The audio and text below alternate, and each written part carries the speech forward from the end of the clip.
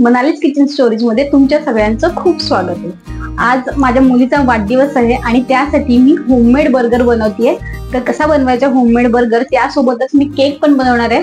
तर व्हिडिओला सुरुवात करूया।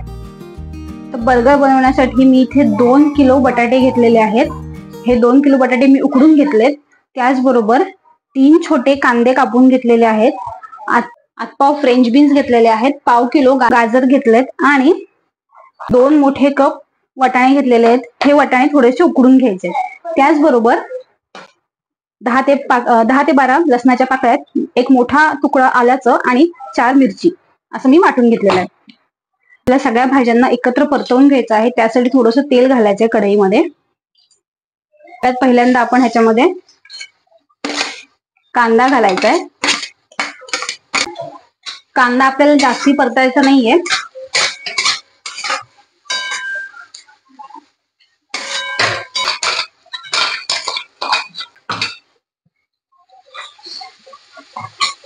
याला पण एकदा छान परतून घ्यायचंय। आलं लसूण कांदा छान परतून झालेला आहे। त्याच्यामध्ये आता आपण फरसबी घालूयात। त्याला पण हाय फ्लेम ठेवून आपण एक 2-4 मिनिटं परतून घेऊयात। हे मी इकडे परतायला ठेवलं आहे ते। त्याचबरोबर इथे मी थोडेसे वाटाणे पाण्यामध्ये उकळून घेणार आहे 5-10 मिनिटांसाठी।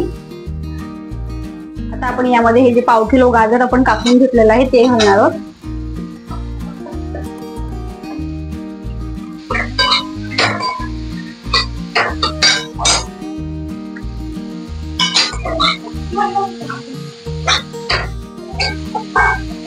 तर यामध्ये आपल्याला वाटाणे घालायचे आहेत, उकडून घेतलेले आहेत आणि त्यातलं पाणी गाळून घेतलेलं आहे।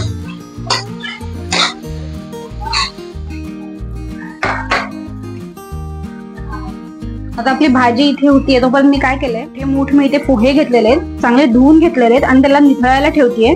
आपला बटाटा घालून झाल्यानंतर आपल्याला हे पोहे त्याच्यामध्ये घालायचे आहेत। तोपर्यंत हे छान भिजतील आणि हे पोह्यांमुळे बर्गरची जी पॅटी बनवते त्याला छान बाइंडिंग येणार आहे। आता आपण यामध्ये बटाटा घालतोय।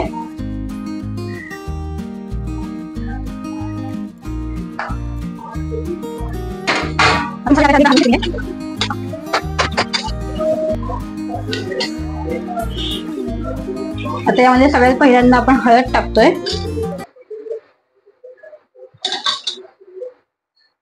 त्यानंतर लाल तिखट,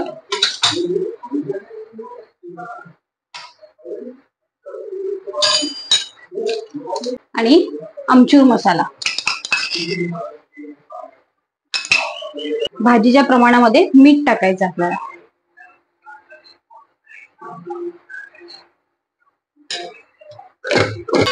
तर हे परत सगळं एकदा हलवून घेऊयात।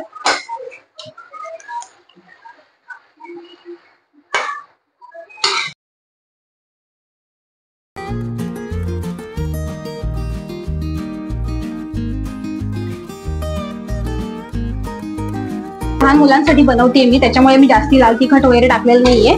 तुम्हाला जर तिखट आवडत असेल तर तुम्ही तिखटाचं प्रमाण ह्याच्यामध्ये वाढवू शकता। आपली ही जी टिक्की आहे ह्याला छान बाइंडिंग येणार आहे।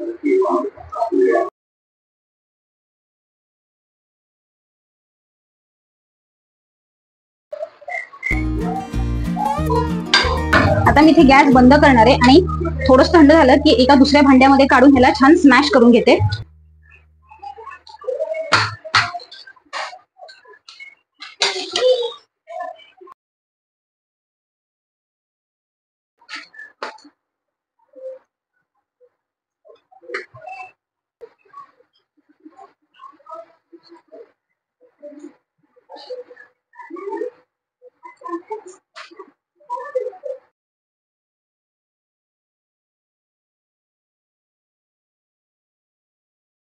तुमच्याकडे स्मॅशर असेल तर तुम्ही स्मॅशर वापरू शकता। माझ्याकडे स्मॅशर नाहीये म्हणून हे असं वाटीने छान मी ते स्मॅश करून घेतेय।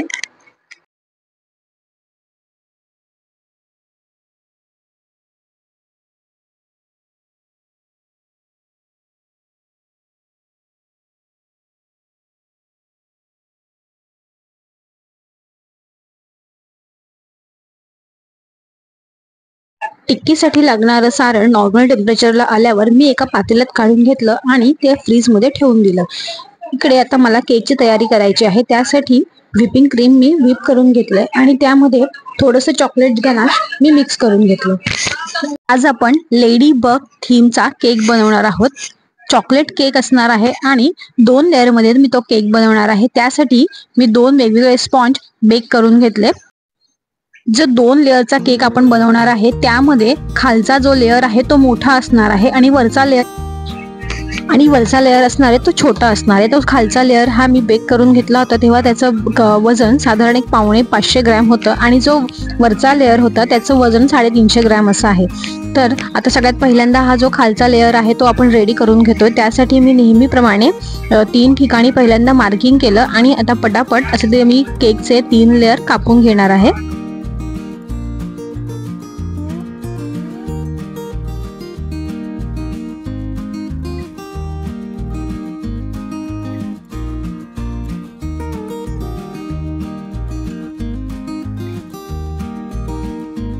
आपला स्पॉन्ज 3 भागांमध्ये कट करून घेतलेला आहे आणि मधला जो लेअर आहे तो मी कायम खाली लावते आणि तो स्पॉन्ज बोर्डवर ठेवायच्या आधी थोडंसं मी बोर्डला चॉकलेट गनाश लावून घेते, ज्यामुळे आपला स्पॉन्ज आहे तो व्यवस्थित राहतो आणि हलत नाही. आता इथे पहिल्यांदा आपण शुगर सिरपनी स्पॉन्ज व्यवस्थित सोक करून घेणार आहोत. त्यासाठी शुगर सिरप बनवण्यासाठी तुम्ही बघितले असेल की मी छोट्या वाटीमध्ये पाणी घेतलं आणि त्यामध्ये 2 चमचे साखर ॲड केली आहे आणि व्यवस्थित मिक्स करून आपलं शुगर सिरप इथे रेडी झालेलं आहे. तर पहिल्यांदा स्पॉन्जला शुगर सिरपनी व्यवस्थित सोक करून घ्यायचं आणि त्यानंतर हे जे व्हिपिंग क्रीममध्ये थोडंसं चॉकलेट टाकून आपण जे क्रीम बनवलं होतं, चॉकलेट क्रीम म्हणू शकतो त्याला, तर ते आपण इथे पहिल्यांदा स्प्रेड करून घ्यायचे. ते एकदा स्प्रेड झालं की त्यावर चॉकलेट गनाश व्यवस्थित स्प्रेड करून घ्यायचे आणि असंच आपल्याला पुढचे 2 लेअर रेडी करून घ्यायचे. चॉकलेट क्रीमचा केक असो किंवा पूर्ण ट्रफल चॉकलेटचा केक असो, मी नेहमी थोडे चोको चिप्स त्याच्यामध्ये घालतेच. त्यांनी खूप छान टेस्ट येतो केकला. तर इथे मी इथे चोको चिप्स घातलेत आणि हे घालून झाल्यावर स्पॉन्जचा जो सगळ्यात वरचा लेअर आहे तो आपण मध्ये लावणार आहोत आणि सगळ्यात खालचा लेअर जो असतो तो आपण कायम वरती लावतो. त्याप्रमाणे हा जो जो वरचा लेअर आहे तो मी इथे मध्ये लावून घेतला. त्याला परत एकदा शुगर सिरपनी छान सोक करून घेतलं आणि क्रीम, चॉकलेट आणि चोको चिप्स असं लेअर देऊन त्याला कंप्लीट करून घेतलं.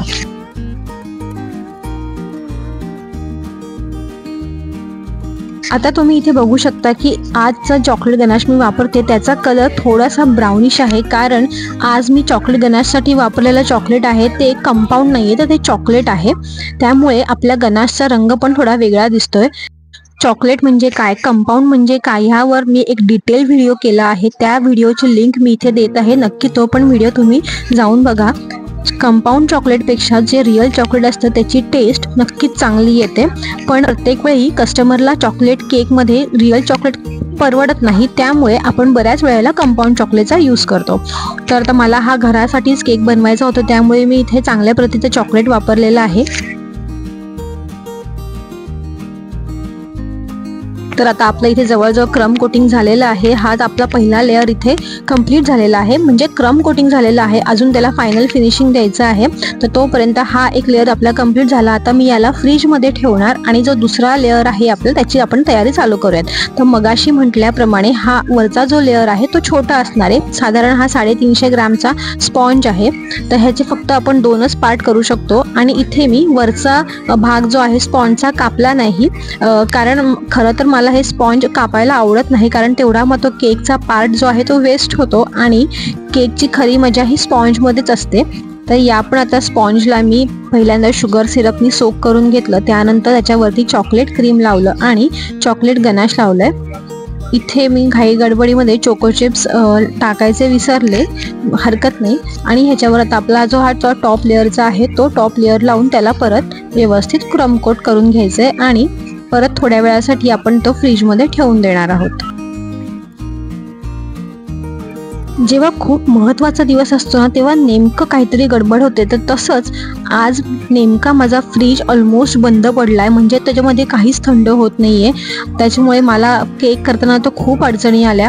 तरी आता मी ह्याला क्रम कोट करून थंड करायला ठेवलं आणि जो टॉप लेअरचा केक होता त्याला आता फिनिशिंग द्यायला मी सुरुवात करणार आहे.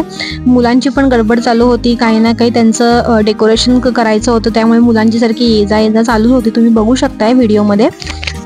केक अगदी फायनल स्टेजला आला होता, तरी पण डिझाईन काय बनवायचं हे माझं अजून ठरलंच नव्हतं. फक्त मी आदल्या रात्री लेडी बग थीम आहे त्यामुळे एक लेडी बग थीमचं एक प्रिंटआउट काढून आणलं होतं आणि ते प्रिंटआउट लावायचं एवढंच माहिती आहे आणि 2 लेअरचा केक बनवायचं आहे असं ठरलं होतं. पण त्या लेअरवर डिझाईन काय असणार आहे, कुठल्या प्रकारचं डिझाईन वापरायचं, कलर कॉम्बिनेशन काय करायचं याचं डिसाईड करायला मला वेळच मिळाला नव्हता. फक्त मी काही लेडी बग थीमचे केकचे डिझाईन्स बघून ठेवल्या होत्या, 1-2 पिक्चर्स असे सेव्ह पण करून ठेवले होते. पण तेवढंच असं काही डिसाईड केलं नव्हतं की हेच बनवायचं, कारण असं डिसाईड केलं ना की मग अजून गोंधळ होतो. त्यापेक्षा म्हणलं बघूयात काय बनतंय ते बघू आपण. म्हणून आता इथे सगळ्यात पहिला आपला हा जो खालचा लेअर येतो आता ऑलमोस्ट तयार झालेला आहे. पण तुम्ही इथे बघू शकता की केक थोडासा दिसतोय, कारण माझा फ्रीज खराब झाला आहे त्यामुळे क्रीम जशी व्यवस्थित बसायला हवी आहे, फिनिशिंग जसं व्यवस्थित व्हायला हवंय नेमकं तसं होत नाहीये. मी थोडासा प्रयत्न केला जेणेकरून केक दिसणार नाही आणि क्रीम व्यवस्थित बसेल, पण एक थोड्या वेळ मी फिनिशिंग केलं आणि नंतर मी सोडून दिलं. म्हटलं आता जाऊ दे, तर खूप उशीर झाला असता. मग तो लेअर मी फ्रीजमध्ये ठेवला आणि मगाचा जो टॉप लेअर आपला छोटावाला जो लेअर आहे तो मी बाहेर काढून घेतला. आता आपण त्याच्यावर क्रीम लावून त्याला पण आपल्याला रेडी करायचं आहे.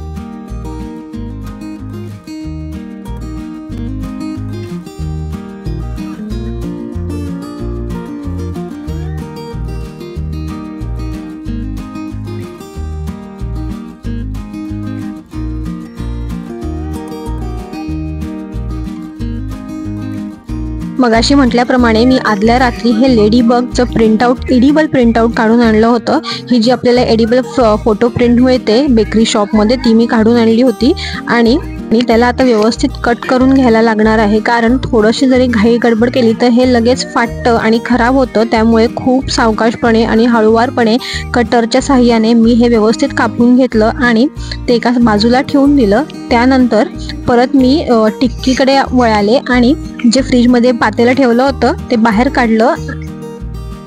आपण ही जी भाजी बनवली आहे त्याची आपल्याला हळूहळू एक टिक्की बनवायची आहे. तर ती टिक्की कुठल्या साईजची आणि कुठल्या शेपची असायला पाहिजे हे मी माझ्या जावेला एकदा बनवून दाखवलं आणि मी तिला सांगितलं की तू हे टिक्की बनवून ठेव, तोपर्यंत मी तो केक रेडी करते. मग तिने एकीकडे सगळ्या टिक्की रेडी केल्या, तोपर्यंत मी माझा परत इकडे केक बनवायला चालू केला.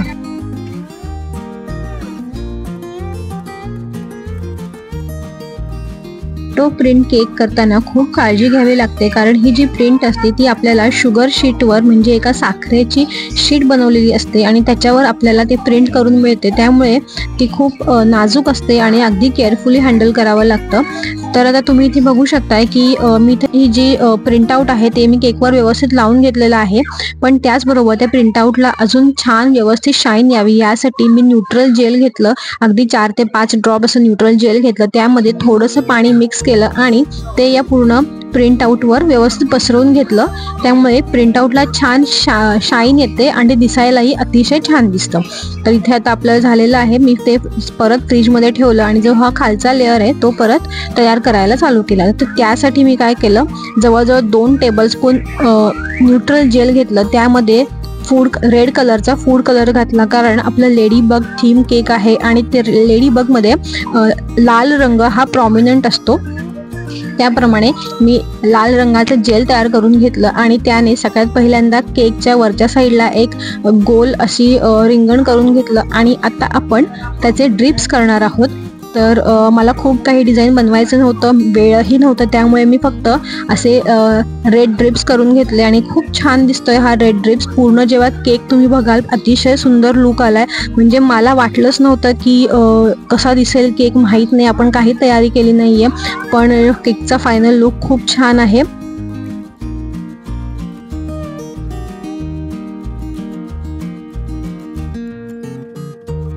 केकच्या 2 लेअरमध्ये आपण स्पेसर ठेवणार आहोत. तो स्पेसर कसा ठेवायचा, स्पेसर ठेवताना काय काळजी घ्यायची हे पण मी पुढे व्हिडिओमध्ये सांगणार आहे, त्यामुळे व्हिडिओ शेवटपर्यंत नक्की बघा.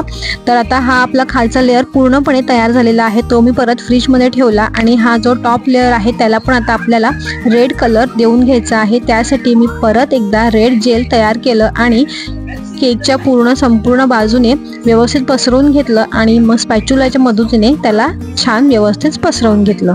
तर आजकाल ट्रेंड आहे की वाढदिवस म्हटल्यावर बाहेरून काहीतरी आणायचं आणि मुलांना खाऊ घालायचं. तर हे सगळं मीही करू शकले असते, पण म्हटलं हे आपण नेहमीच करतो तर काहीतरी यावेळेला वेगळं करूया. त्यासाठी मी घरीच बर्गर बनवायचं आणि केक तर मी बनवतेच, तोही घरीच बनवायचा असं मी ठरवलं. तर माझा हा प्रयत्न, हा व्हिडिओ तुम्हाला कसा वाटला नक्की मला सांगा. व्हिडिओ आवडला तर लाईक, शेअर आणि आत्तापर्यंत सबस्क्राईब केलं नसेल तर एक सबस्क्राईब जरूर करा. आता इथे मी व्हिप क्रीमच्या मदतीने एक छोटीशी बॉर्डर काढून घेतली आणि साईडला आपण छोटे छोटे स्टार्स काढून घेतले आणि आपला आता केक रेडी आहे. आता आपण त्याला व्यवस्थित असेंबल करणार आहोत आणि त्याचा फायनल लुक काय आहे ते पण तुम्हाला मी दाखवतेय. त्याआधी मी काय केलं, आता हा जो खालचा लेअर आहे त्यावर पण मी एक साईडनी बॉर्डर काढून घेणार आहे आणि जो मधला भाग आहे तिथे आपण स्पेसर ठेवणार आहोत. तर तो स्पेसर ठेवायच्या आधी मी त्या स्पेसरच्या आकाराचा एक बटर पेपर कापून घेतला आणि तो मध्ये लावणारे आणि मग त्यावर स्पेसर ठेवला. याने काय होईल की स्पेसरचा डायरेक्ट कनेक्ट केकला येणार नाही.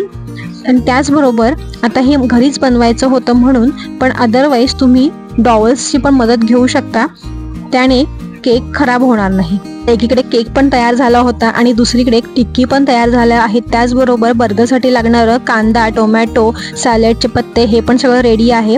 आता आपल्याला टिक्की तळून घ्यायची आहे. त्यासाठी आपल्याला जे मिश्रण लागणार आहे ते म्हणजे 1 कप मैदा असेल तर त्यामध्ये अर्धा कप कॉर्नफ्लॉवर घालायचं आणि थोडंसं मीठ घालायचं. मी मिरपूडही घातली आहे, हे ऑप्शनल आहे. आणि पाणी घालून एक घट्ट घोळ बनवून घ्यायचा आहे. खूप जास्ती पातळ पण नाही आणि अगदी घट्ट पण नाही.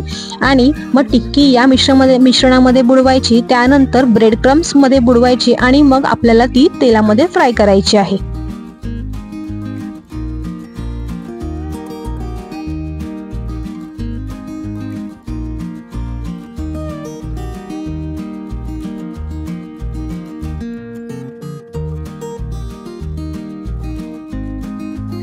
तुम्ही इथे बघू शकताय मस्त तेलामध्ये आपल्या पॅटी इथे तयार होत आहेत. होममेड पॅटी तयार होत आहेत.